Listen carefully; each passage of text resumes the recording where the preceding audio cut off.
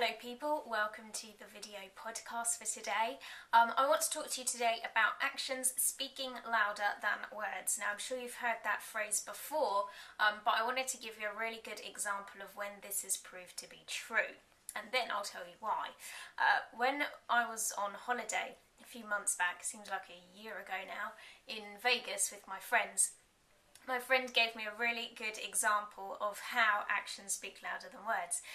We were on a bus going to a shopping mall and we'd reached the stop before we were due to get off, but my friend was absolutely convinced that we were at the correct stop already. So with a degree of certainty and enthusiasm, he stood up and said, "We need to get off the bus." So the rest of us stood up and followed him, and we all got off the bus. And we found ourselves kind of stranded in the middle of the desert, outside a building that nobody seemed to actually occupy, and then had to wait for the next bus to come along to take us to the next stop, which was in fact the shopping mall that we were due to be going to. And it was only because our friend had said it with such conviction, "This is our stop, we need to get off the bus," that we all got up and followed him. And it wasn't really the words that he was saying, because in the back of our minds, all of us actually doubted what he was saying. We all thought, is it really? This doesn't look like the shopping mall. But the fact that he'd stood up and taken the action and sort of led us off of the bus was the thing that actually made us all follow.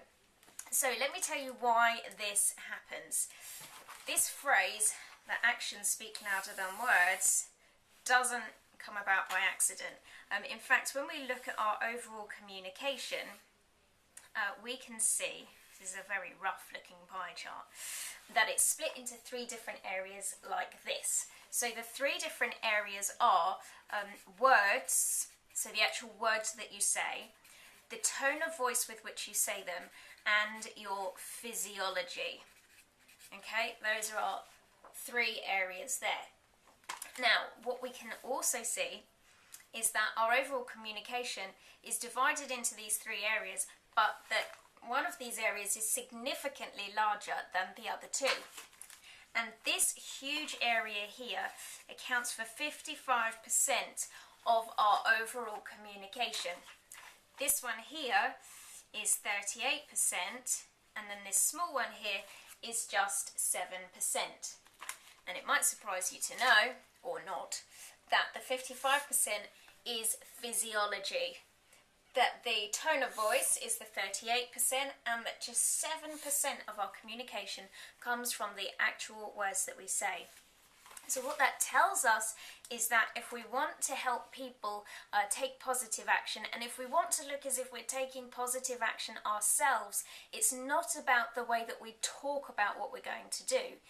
It's more to do with the tone of voice with which you say it, but even more so to do with the actual action you take, the physical movement that accompanies the words that you say. So I want to help you get really good at portraying certainty with your physiology, and that's why I've got the special product available for you today that you'll be able to find by clicking the link below.